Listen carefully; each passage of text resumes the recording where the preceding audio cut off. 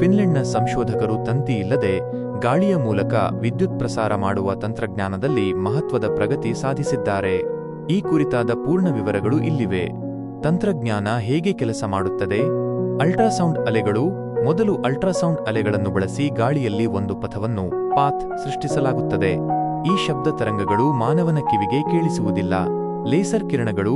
ವಿದ್ಯುತ್ ಅನ್ನು ಲೇಸರ್ ಬೆಳಕಿನ ರೂಪಕ್ಕೆ ಪರಿವರ್ತಿಸಿ ಅಲ್ಟ್ರಾಸೌಂಡ್ ಸೃಷ್ಟಿಸಿದ ಪಥದ ಮೂಲಕ ಕಳುಹಿಸಲಾಗುತ್ತದೆ. ಮರುಪರಿವರ್ತನೆ. ಇನ್ನೊಂದು ತುದಿಯಲ್ಲಿರುವ ಸಾಧನವು ಈ ಲೇಸರ್ ಕಿರಣವನ್ನು ಸ್ವೀಕರಿಸಿ ಅದನ್ನು ಮತ್ತೆ ವಿದ್ಯುತ್ ಆಗಿ ಪರಿವರ್ತಿಸುತ್ತದೆ.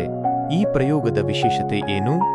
ಈ ತಂತ್ರಜ್ಞಾನದಲ್ಲಿ ವಿದ್ಯುತ್ ತನ್ನ ಅಸಲಿ ರೂಪದಲ್ಲಿ ಯಾವುದೇ ಲೋಹದ ತಂತಿ ಮೂಲಕ ಹರಿಯುವುದಿಲ್ಲ, ಬದಲಾಗಿ ಬೆಳಕಿನ ರೂಪದಲ್ಲಿ ಸಾಗುತ್ತದೆ. ಇದರಿಂದಾಗಿ ಅಣು ವಿದ್ಯುತ್ ಸ್ಥಾವರಗಳಂತಹ ಸೂಕ್ಷ್ಮ ಪ್ರದೇಶಗಳಲ್ಲೂ ಇದನ್ನು ಅಪಾಯವಿಲ್ಲದೆ ಬಳಸಬಹುದು. ಹೆಲ್ಸಿಂಕಿ ಮತ್ತು ಔಲು ವಿಶ್ವವಿದ್ಯಾಲಯದ ಸಂಶೋಧಕರು ಇದನ್ನು ಅಭಿವೃದ್ಧಿಪಡಿಸಿದ್ದು, ಸದ್ಯ ಇದು ಪರೀಕ್ಷಾ ಹಂತದಲ್ಲಿದೆ. ಇತಿಹಾಸದಲ್ಲಿ ನಡೆದ ಇತರ ಪ್ರಯೋಗಗಳು. Nikola Tesla. 19ನೇ ಶತಮಾನದ ಕೊನೆಯಲ್ಲಿ ಖ್ಯಾತ ವಿಜ್ಞಾನಿ ನಿಕೋಲಾ ಟೆಸ್ಲಾ ಅವರು ವಾರ್ಡನ್ ಕ್ಲಿಫ್ ಟವರ್ ಮೂಲಕ ಇಡೀ ಜಗತ್ತಿಗೆ ತಂತಿ ಇಲ್ಲದೆ ವಿದ್ಯುತ್ ಪೂರೈಸುವ ಕನಸು ಕಂಡಿದ್ದರು. ಆದರೆ ಆ ಕಾಲದಲ್ಲಿ ಅದು ಪೂರ್ಣವಾಗಿ ಯಶಸ್ವಿಯಾಗಲಿಲ್ಲ. ಇತ್ತೀಚಿನ ಸಂಶೋಧನೆಗಳು. ಅಮೆರಿಕಾದ ನಾಸಾ ಮತ್ತು ಜಪಾನ್ನ ಬಾಹ್ಯಾಕಾಶ ಸಂಸ್ಥೆಗಳು ಮೈಕ್ರೋವೇವ್ ಕಿರಣಗಳನ್ನು ಬಳಸಿ ಬಾಹ್ಯಾಕಾಶದಿಂದ ಭೂಮಿಗೆ ವಿದ್ಯುತ್ ಕಳುಹಿಸುವ ಪ್ರಯೋಗಗಳನ್ನು ಯಶಸ್ವಿಯಾಗಿ ನಡೆಸಿವೆ. ಈ ಯೋಜನೆಯ ಲಾಭಗಳೇನು?